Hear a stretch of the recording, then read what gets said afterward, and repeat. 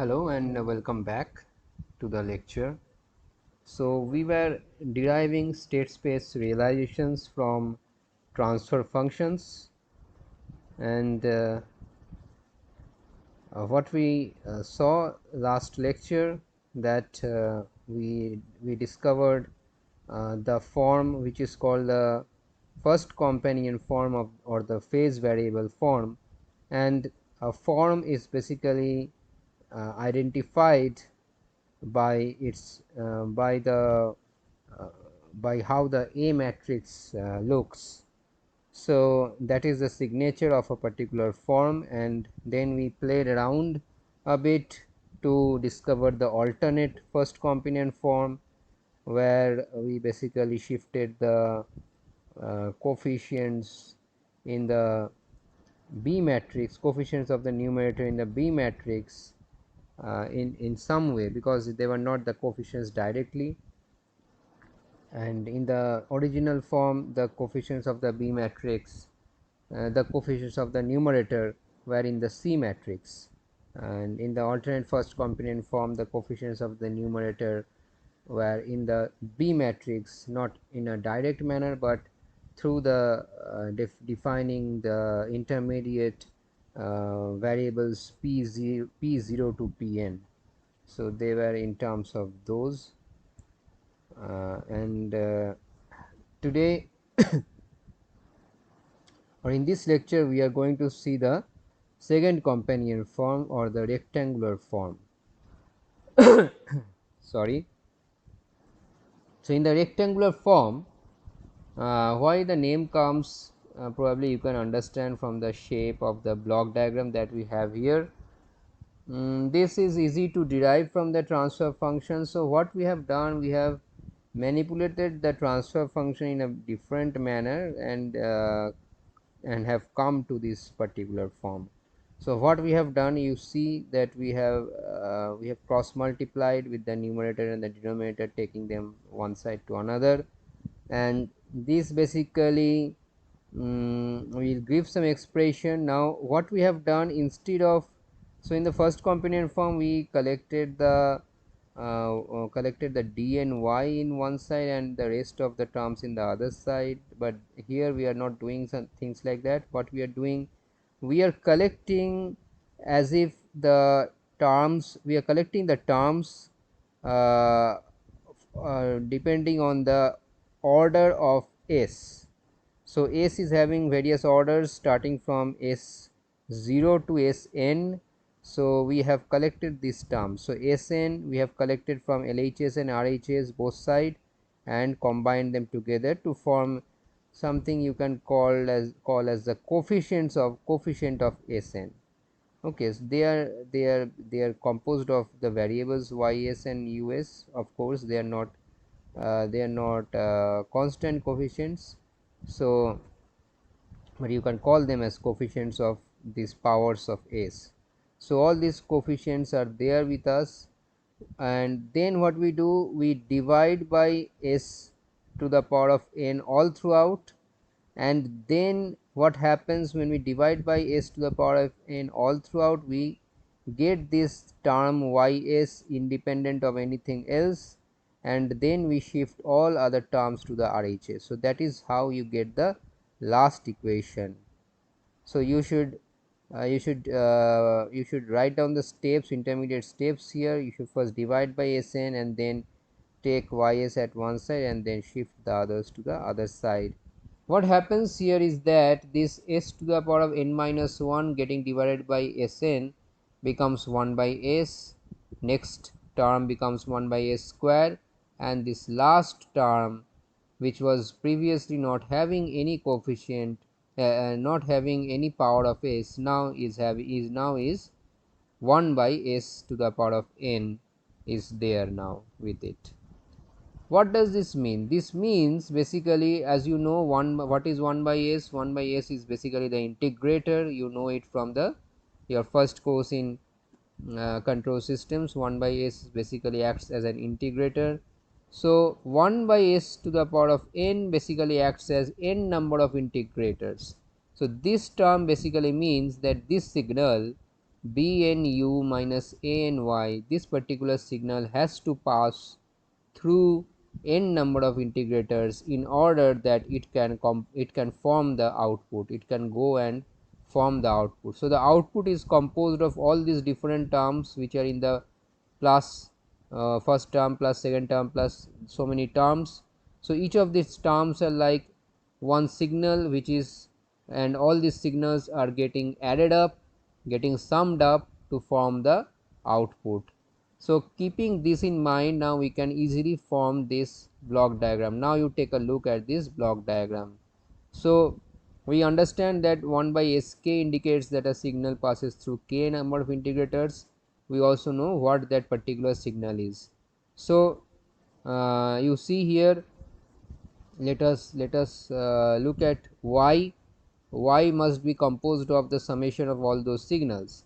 Now you see, look at y is b0 u, so b0 into u, so this u comes through b0, gets added to here, and then the rest of these terms must also get added. So this plus is adding all the other terms. How it is doing it, you can only see x1 here.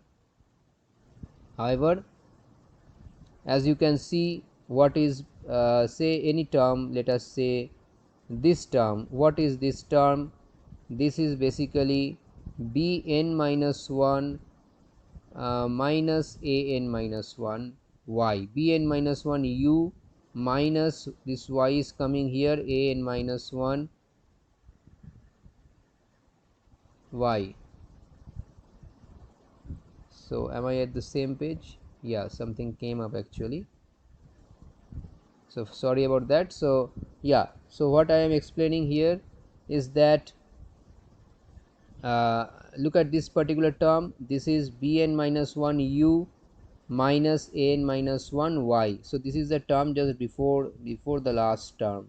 So how many integrators that term has to pass through? N minus 1 number of integrators. Is it passing through those many integrators? So this signal is passing through this integrator and all the other integrators in order to reach to y.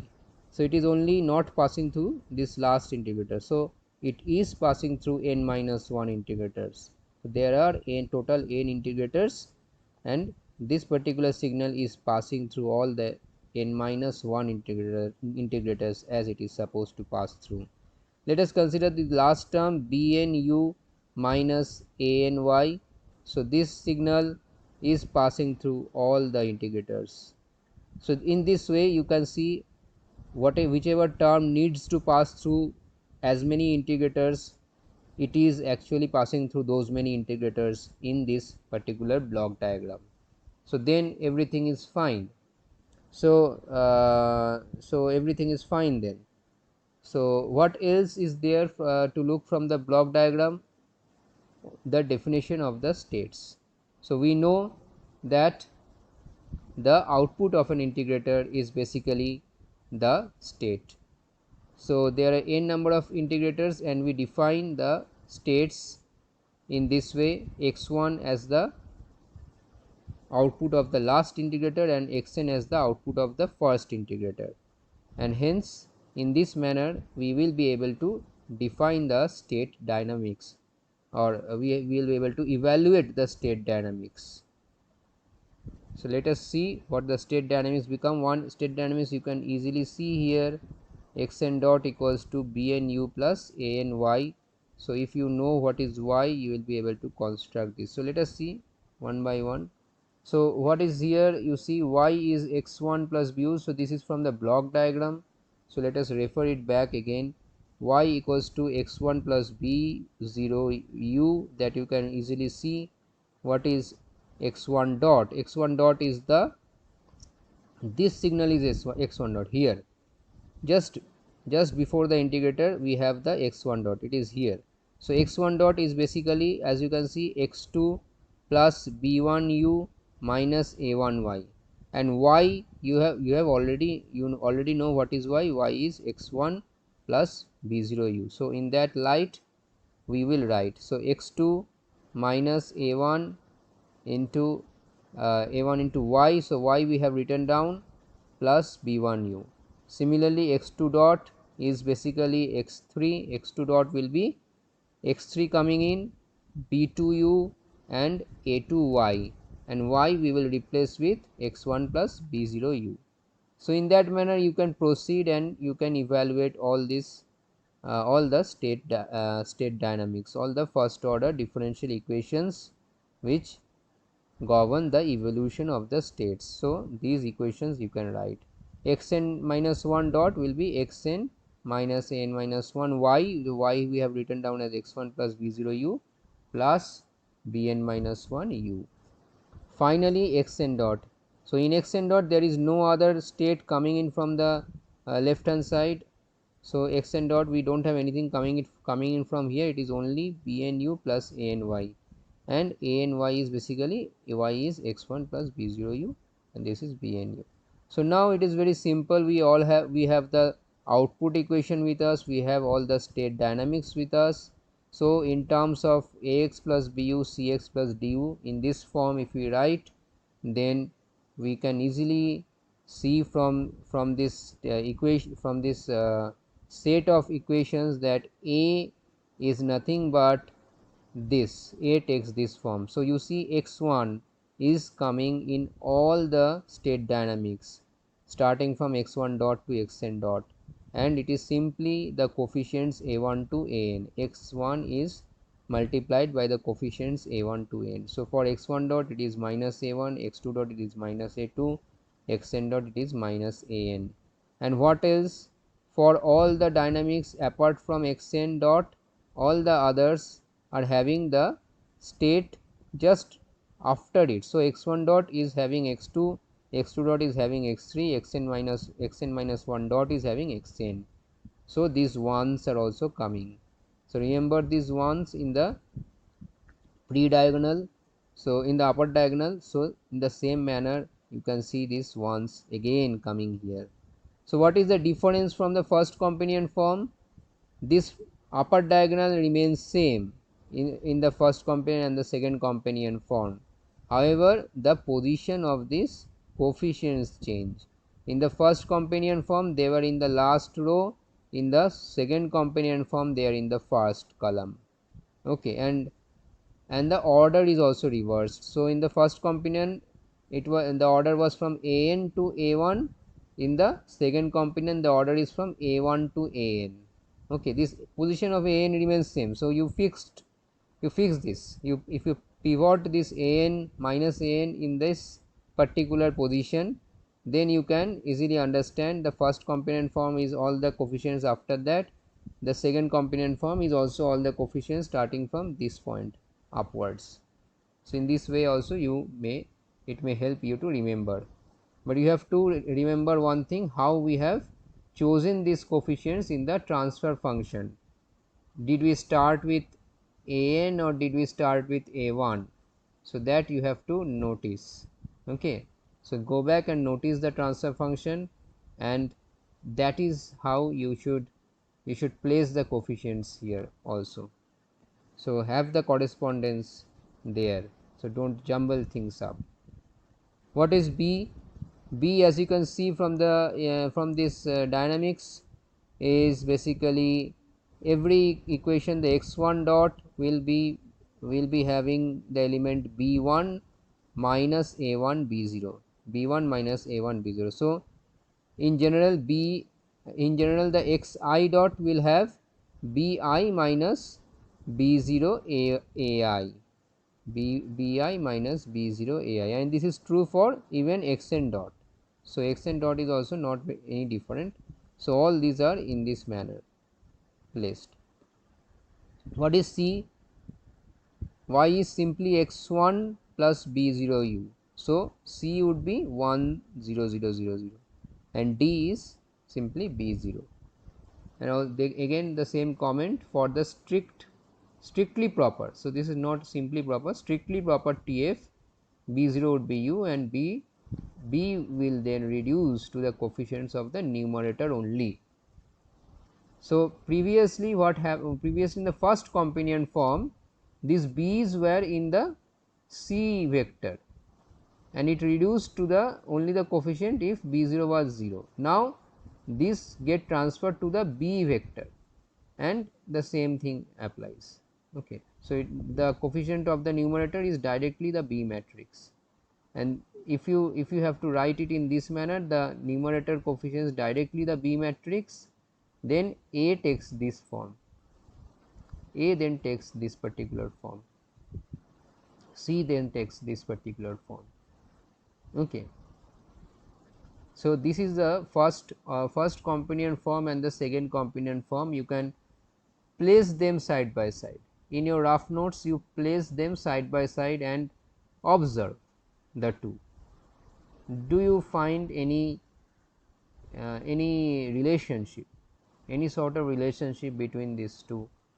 If you know matrices, you will be able to figure out some relationship between these two representations. So if you are able to point it out to me, I will be very happy, and so you will also be happy in your own, because you have been able to figure out the relationship without me pointing it out to you. Of course, I will point it out to you, but not right away.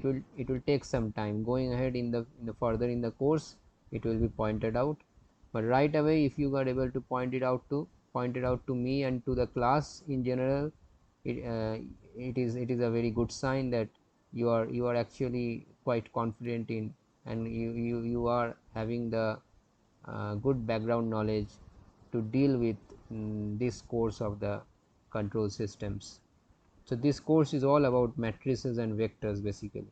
So you have to know matrices and vectors. So to put these two representations side by side, the first companion form, not the alternate one, the original one, and the second companion form as you see here, and try to identify what is that relationship between these two. So the next form that we will talk about is the diagonal form. We are not dealing with the alternate second companion form, though I suppose it can be dealt with. However, it is generally not discussed in the books or anywhere in the I have not also come across it anywhere. So I am skipping it. However, it might also be there might also be an alternate second component form. You might try to look for it. So it is up to you, your as an exercise maybe. So if you want to take up the challenge. So the next form, which is very important, this is the diagonal form. So diagonal form is very important because as soon as I reveal this form to you, you will understand how why it is so important, and where is the significance of this form. So let us look at it, and for going to the diagonal form, however, one thing you need to know, which is not always known to us, which is the eigenvalues or the poles of the characteristic equation, roots of the characteristic equation, poles of the transfer function, sometimes also called the eigenvalues of the system. So we need to know the eigenvalues of the system, or the poles of the transfer function, or the roots of the characteristic polynomial. So if we know these poles, then we can express the transfer function as a sum of these transfer functions. This is called what is this called? I don't recollect it.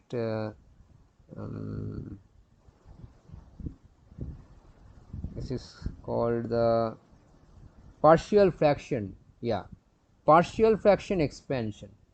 So this is called the partial fraction expansion. So we can do the partial fraction expansion of this transfer function, and there we are having all these fractions which are just simple some coefficients divided by s minus lambda 1 or lambda I in general. So lambda I being one of the roots of the characteristic polynomial, and then we will have all these n number of partial fractions, because there are n number of roots, and there is also a coefficient, a constant coefficient there. So this is the how the partial fraction, how we expand it in partial fraction, and we can we know all this r i's can be known very easily, because r I is the residue of the pole lambda I. How to calculate residues? You should know this from your mathematics courses, and it is also very easy to figure out from here. So you just look at this, how to calculate Ri. If you multiply this transfer function with s minus lambda I, then what happens? This s minus lambda I is not in the denominator anymore, only R1 term is here, and all the rest of the terms gets multiplied by s minus lambda 1, s minus lambda 1. So when you multiply with s minus, when you find out s minus lambda 1 gs, then it is R1 plus s minus lambda 1 into some term. Now if in the LHS you evaluate the LHS using s equals to lambda 1, immediately you get in the RHS only R1, because the rest of the term will vanish, since it is multiplied by s minus lambda 1 and we have put s equals to lambda 1. So only R1 will remain. So to find out Ri, we basically, Ri is basically equals to s minus lambda I gs evaluated at s equals to lambda I. So in that manner all the Ri's can be found out. It is not at all difficult. So if you have a generic expression of a transfer function which might be a numerator by denominator sort of expression, you know the all the roots of the characteristic polynomial, you have to know the residue of the roots, you can easily find out the residue of the roots. And what is this b? This b is basically the b0, nothing else, because this b will come only when you divide. I don't have the generic transfer function written here, so this b is basically the b0. So you must understand that in some way. So so this b is so when you take the LCM, this denominator becomes the expression with a polynomial with the highest degree Sn, and then when you multiply in the numerator you have b to the power of b s to the power of n. So this b is basically the same b0 which we saw earlier, b0 s to the power of n, that same b0 is here. So the coefficient of s to the power of n in the numerator comes here alone. So this doesn't have any partial fraction associated with it, this is simply a constant. So if b0 is 0, this is not there.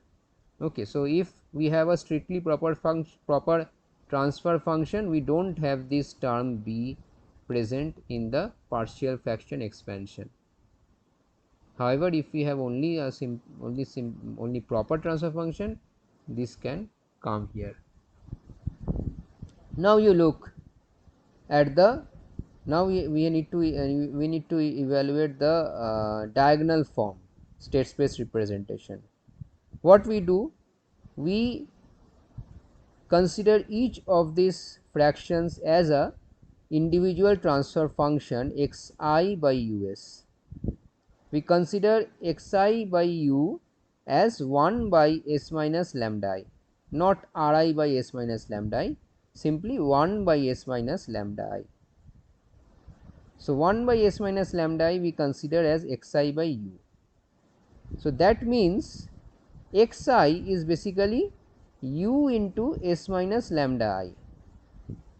So if you multiply this this transfer function with u on both sides, then you will get what, y in the left hand side, and in the right hand side you will get b into us r1 by s minus lambda 1 us plus dot dot dot plus rn by s minus lambda n us you will get, and us by s minus lambda I is xi. So that means what you are getting as y?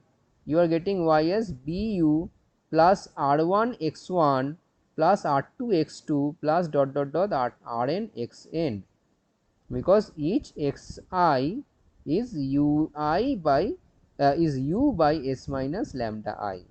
So this is r1 x1, this is rn xn, and intermediately all are like that. So you can see y is basically r1 x1 plus dot dot dot rn xn plus bu. I hope this is very easy to understand. Now we need to also understand what is the state dynamics, what is the first order differential equations relating the states. Very easy to calculate from this particular definition of each of the states xi. So you see s xi minus lambda I xi equals to u. So that means xi dot is lambda I xi plus u. S xi taken inverse Laplace, it becomes xi dot. Xi dot equals to lambda I xi plus u. So the so the state dynamics are also, gets also known for each of the states.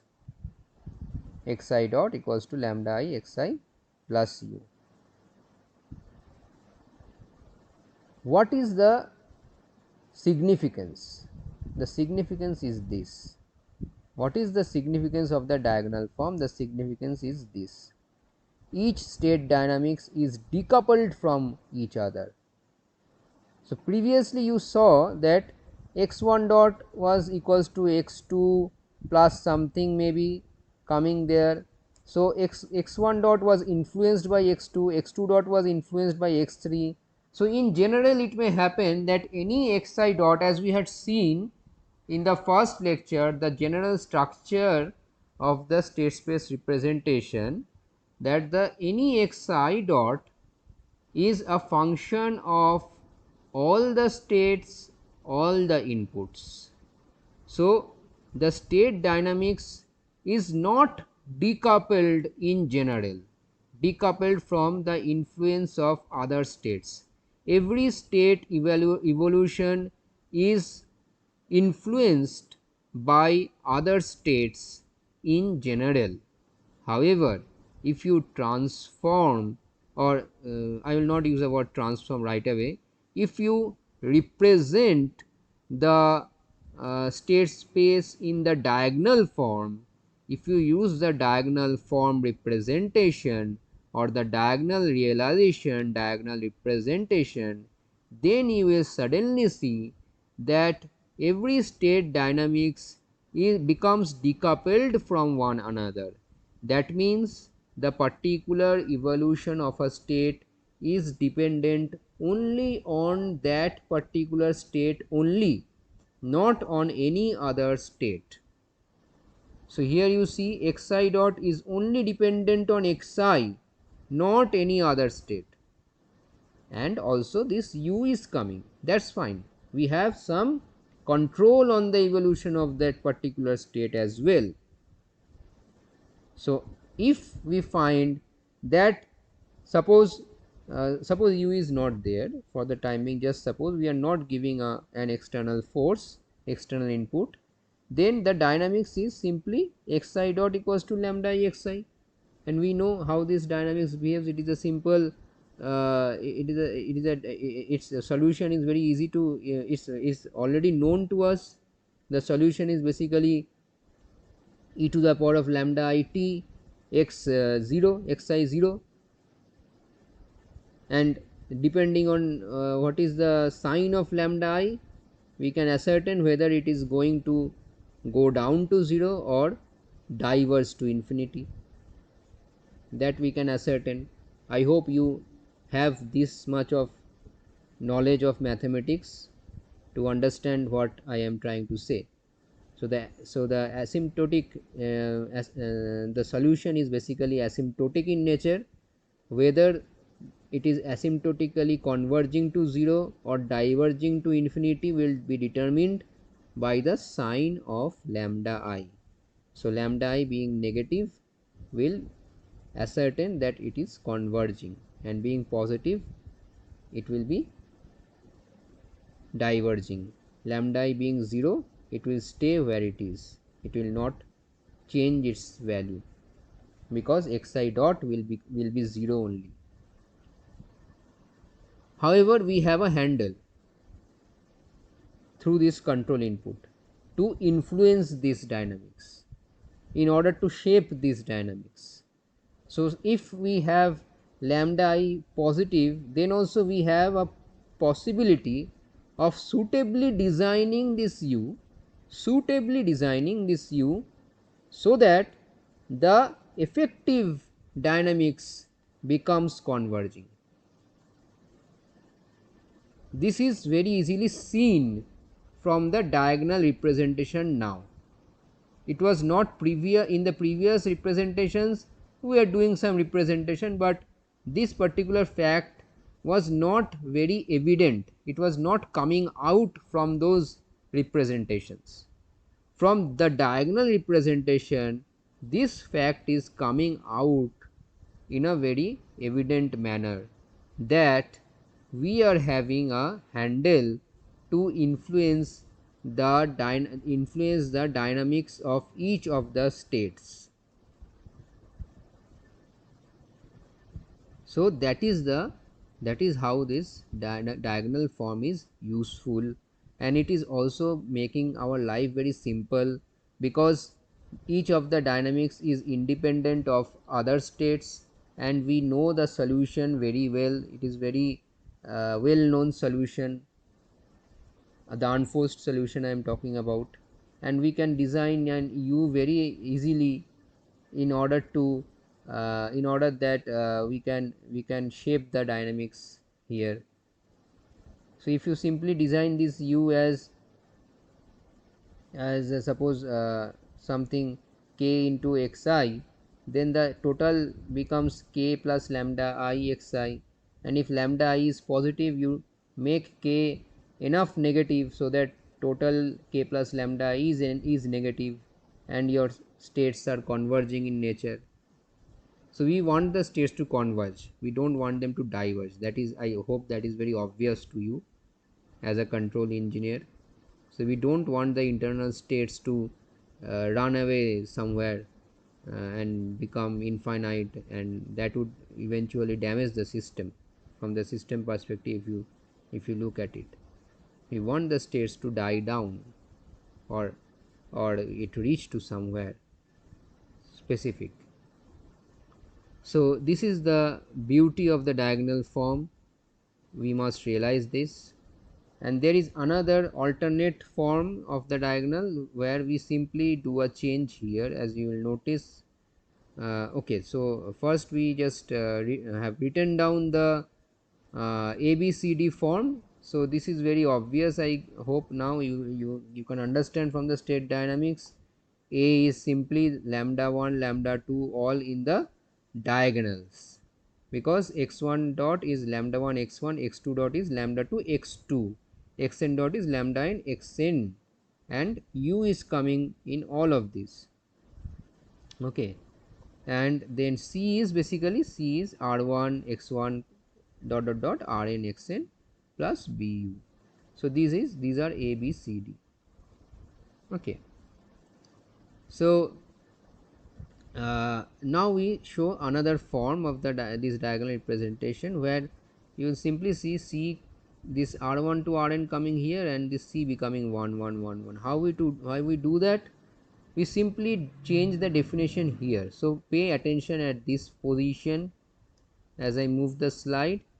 So you see, instead of 1, now it becomes ri. So in total this ri by s minus lambda I is defined as xi by u.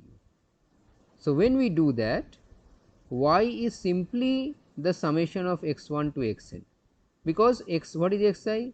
Ri by s minus lambda I u. So the total thing, so u is taken here, so the total thing is xi. So it is y is simply b plus bu plus summation of the states. However, the state dynamics now change. How it changes? Xi dot equals to lambda I xi plus ri u. In that way it change. This place, this part is same. So as I said, the A matrix is the signature matrix.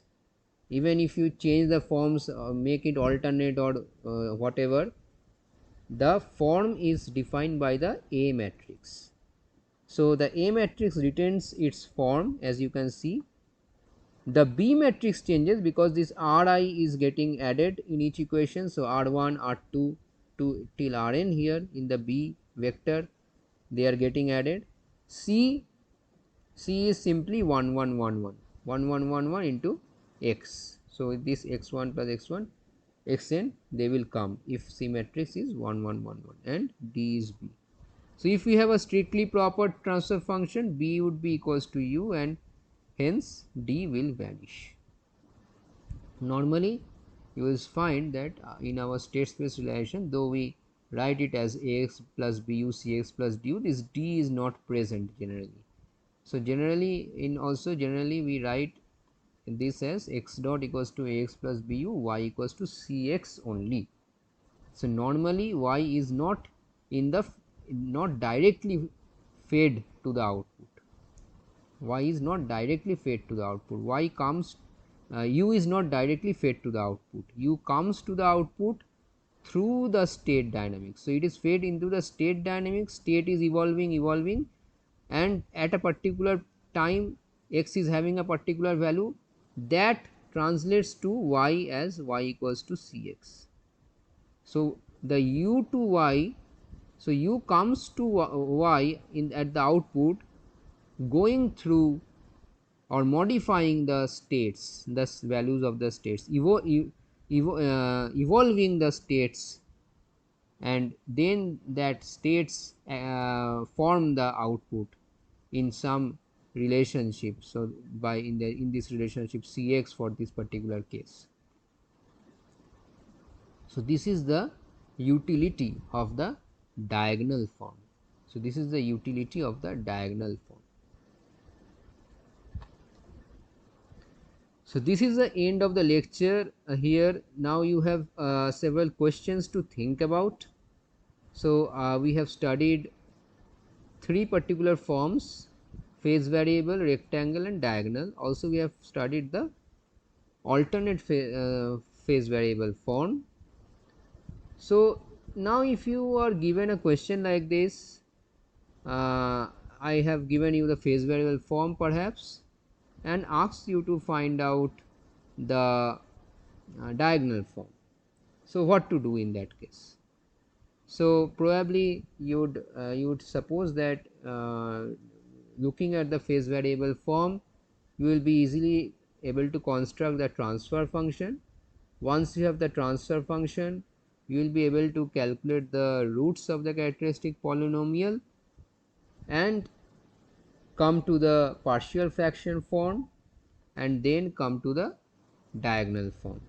So this is the way that you would go ahead, and if you are given with a diagonal form and asked to go to the rectangular form or the phase variable form, you would go via the transfer function. This is how probably you are thinking in mind. So that is of course a legitimate way, and that will be correct also, that will give you the correct result. However, there may be other approaches to doing this. So we will be dealing with such approaches in the next lecture. We will start with the theoretical idea behind those approaches and eventually see how we are able to do that. So this diagonal form is actually one of the most important forms, and this helps us a lot in finding out the solution of the state space representation. So till now we have concerned us with only representing in state space form. However, we have not attempted to solve this state space form. We have not attempted, by solving means we have not attempted to find out what xt will be. From this dynamics there will be some xt.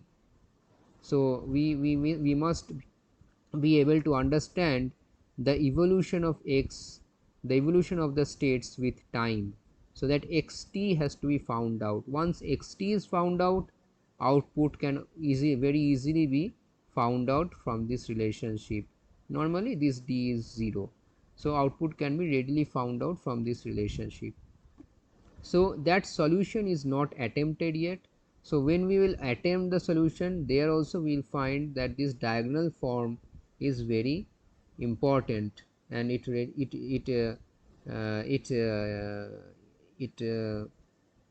makes our life very easy in order to find the solution. That I hope you can also very well understand from looking at this A matrix.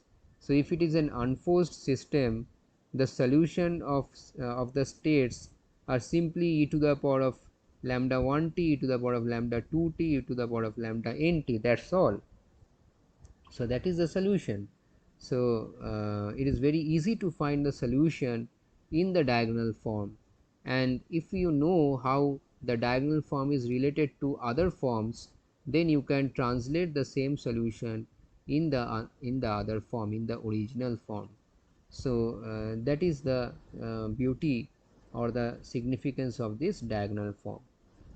However, I would also like to make you aware, or just keep that flag raised in your mind, that I have tactfully considered that the roots of the characteristic polynomial are all distinct in nature, or are all distinct in nature. So if we have distinct roots, then only we will be able to formulate the diagonal representation in this manner. And also if we have real roots. Okay, so also if we have real roots, so real roots are what we will normally consider, because we don't come across complex roots so frequently in practical systems.